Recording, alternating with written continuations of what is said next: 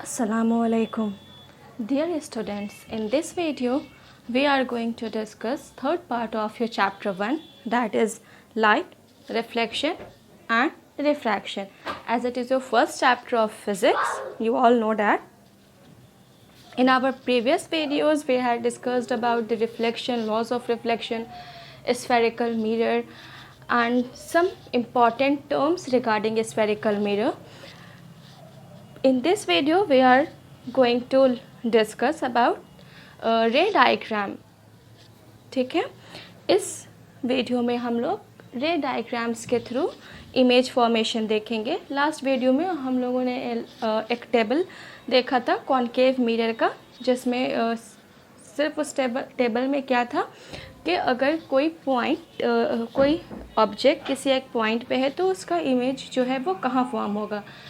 इस वीडियो में हम लोग उसी चीज़ को रे डायग्राम्स के थ्रू स्टडी करेंगे. We can also study the formation of images by spherical mirrors by drawing ray diagrams.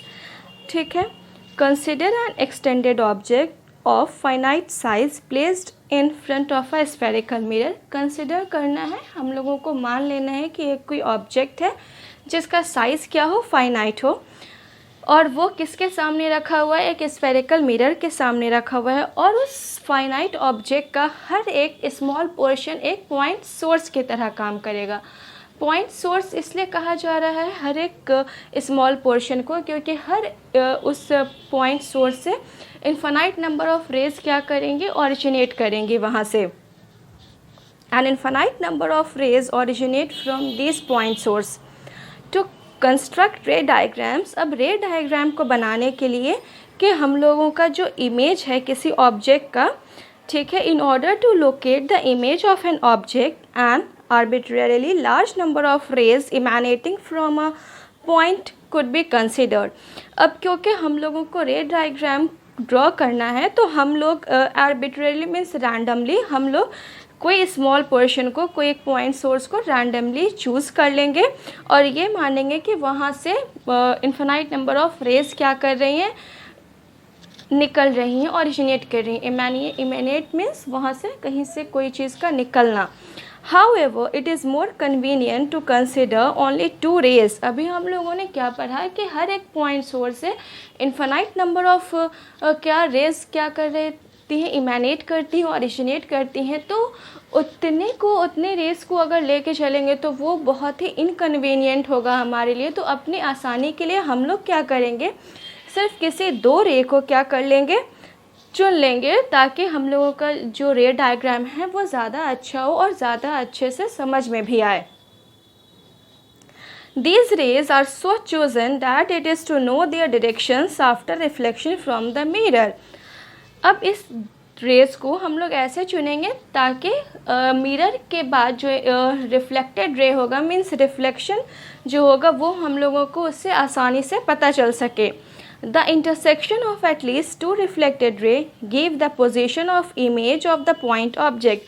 अब किसी ऑब्जेक्ट का किसी इमेज कहाँ पे बन रहा है वो कैसे पता चलेगा हम लोगों को. इंटरसेक्शन मीन्स दो रे जहाँ पे इंटरसेक्ट करेगी, कम से कम दो रे जहाँ पे इंटरसेक्ट करती है, उस पॉइंट पे हम लोग मान लेते हैं या समझ लेते हैं कि कोई जो ऑब्जेक्ट है उसका इमेज जो है वहीं पे फॉर्म कर रहा है. Any two of the following raise can be considered for location. अब पहला केस है, इसमें स्फेरिकल मिरर में हम लोग 4 केस पढ़ेंगे. मीन्स एक 4 केस, एक उसमें कॉनकेव और कॉन्वेक्स दोनों होगा. फर्स्ट केस में क्या है, a ray parallel to the principal axis. Principal axis हम लोग जानते हैं, और इस चीज़ को पढ़ने से पहले जितने सारे इम्पॉर्टेंट टर्म्स आपको पढ़ाए गए थे और बोला गया था कि उसको फिर से पढ़ने इसीलिए पढ़ाया गया था और बोला गया था ताकि जब हम ये रे डायग्राम पढ़ें तो आप उसका रेफरेंस लेके इसको ज़्यादा बेहतर और अच्छे तरीके से समझिए. ठीक है, तो प्रिंसिपल एक्सिस के अगर कोई पैरेलल रे है, a ray parallel to the principal axis after reflection will pass through the principal focus. Principal focus भी हम लोग बहुत अच्छे से जानते हैं. वो रे क्या करेगी, रिफ्लेक्शन के बाद कहाँ से पास होगे, प्रिंसिपल फोकस से. In case of a concave mirror, concave mirror के केस में अगर कोई रे प्रिंसिपल एक्सिस के पैरेलल जा रहा है तो वो किस चीज़ से पास होगा, प्रिंसिपल फोकस से। जैसा कि इस डायग्राम में आप लोगों को दिख रहा होगा कि ये प्रिंसिपल एक्सिस है and this is the ray, incident ray, और ये क्या है, रिफ्लेक्टेड रे। तो ये कहाँ पे आ रहा है, प्रिंसिपल फोकस पे आ रहा है, और ये कॉन्केव मिरर है। कॉन्केव मिरर के केस में ऐसा होगा, लेकिन कॉन्वेक्स मिरर के केस में क्या होगा कि ये प्रिंसिपल फोकस से जो भी रिफ्लेक्टेड रे है वो क्या दिखेगी कि डाइवर्ज कर रही है। डाइवर्ज मीन्स बिखर जाना।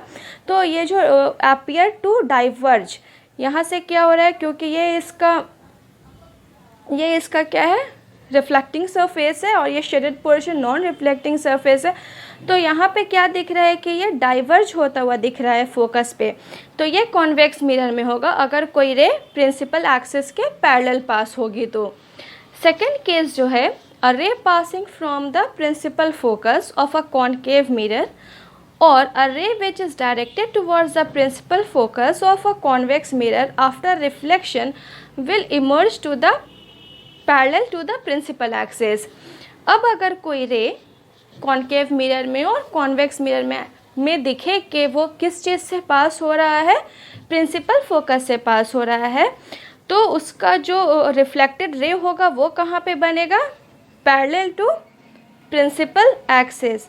जैसे कि आपको ये कॉन्केव मिरर में भी दिख रहा होगा यहाँ पे कि ये क्या हो रही है, फोकस से ये रे पास हो रही है, दिस इज़ द इंसिडेंस रे, और ये जो रिफ्लेक्टेड रे है वो कहाँ पे बन रहा है, पैरेलली, क्योंकि ये प्रिंसिपल एक्सिस और अगर यहाँ पे ये रिफ्लेक्टेड रे जा रही है तो ये क्या हुआ, प्रिंसिपल एक्सिस के पैरेलल हुआ। उसी तरह से कॉन्वेक्स मिरर में भी हम लोग देखेंगे कि ये इंसिडेंस रे है, ये फोकस से पास हो रहा है, और यहाँ पे क्या हो रहा है इसका, this is the reflected ray, और ये रिफ्लेक्टेड रे क्या है, प्रिंसिपल एक्सिस के पैरेलल है। This is the angle of incidence and this is the angle of reflection. उसी तरह से यहाँ पे ये जो बनेगा क्या, एंगल ऑफ इंसिडेंस और ये एंगल ऑफ रिफ्लेक्शन। ठीक है। थर्ड केस क्या है, a ray passing through the centre of curvature of a concave mirror और directed in the direction of centre of curvature of a convex mirror. इसमें देखते हैं हम लोग कि एक रे जो है वो कहाँ से जा रही है, सेंटर ऑफ कर्वेचर से क्या हो रही है, पास हो रही है ना। यहाँ पे आप लोगों को एरो दिख रहा होगा, दिस इज़ द इंसिडेंस रे which is at the passing from the centre of curvature, और ये भी क्या हो रहा है, अपीयर हो रहा है सेंटर ऑफ कर्वेचर से पास होते हुए दोनों मिरर्स में। मीन्स स्फेरिकल मिरर है उसमें कॉन्केव और कॉन्वेक्स मिरर में, तो उसमें कैसा होगा, after reflection is reflected back along the same path. और यहाँ पे अब आप लोगों को ये भी दिख रहा होगा कि अब इसी डायरेक्शन में इसी लाइन पे अपवर्ड एरो भी है। मीन्स क्या हो रहा है कि ये तो इंसिडेंस रे हो गया और ये रिफ्लेक्टेड रे हो गया। तो कहने का मतलब ये है कि जो रिफ्लेक्टेड रे है वो सेम लाइन को फॉलो करेगा। मीन्स कि जहाँ से इंसिडेंस रे आया है, जब सेंटर ऑफ कर्वेचर से कोई रे पास होगी तो वो उसी सेम लाइन को फॉलो करेगा, वो भी सेंटर ऑफ कर्वेचर से पास होगी। यहाँ पे भी दिख रहा होगा, पहले तो ये तो इंसिडेंस रे है and this arrow indicates that the रे reflected ray follows the same line. The light rays come back along the same path because the incident ray fall on the mirror along the normal to the reflecting surface. अब same line में तो है, लेकिन क्यों the light rays come back along the same path, वो same path पे जा रहा है, same रास्ते से लौट रहा है। क्यों लौट रहा है? क्योंकि द इंसिडेंट रे फॉल ऑन द मिरर, जो इंसिडेंट रे मिरर पे पड़ा अलोंग द नॉर्मल के साथ टू द रिफ्लेक्टिंग सरफेस, क्योंकि ये नॉर्मल के साथ ही क्या हो रहा है, यहाँ पे एकदम ये रिफ्लेक्टिंग सरफेस पे पड़ रहा है मिरर के, इसीलिए जो इसका रिफ्लेक्टेड रे होगा वो सेम पाथ को फॉलो करेगा। फोर्थ केस क्या है, अ रे इंसिडेंट मीन्स जो इंसिडेंट रे है obliquely to the ray incident obliquely to the principal axis. अब कैसे आ रहे इंसिडेंट रे ऑब्लिकली, मीन्स इस तरह से प्रिंसिपल एक्सिस पे आ तो रही है बट ये पैरेलल नहीं है, ये क्या है, ऑब्लिक है। ठीक है। यहाँ पे भी आप लोगों को कॉन्वेक्स मिरर में भी दिख रहा होगा कि ये जो रे है प्रिंसिपल एक्सिस पे आ तो रही है but this is oblique towards a point P pole of the mirror. किस तरफ बढ़ रही है, मिरर के पोल की तरफ। ऑन द कॉनकेव मिरर और अ convex mirror is reflected obliquely.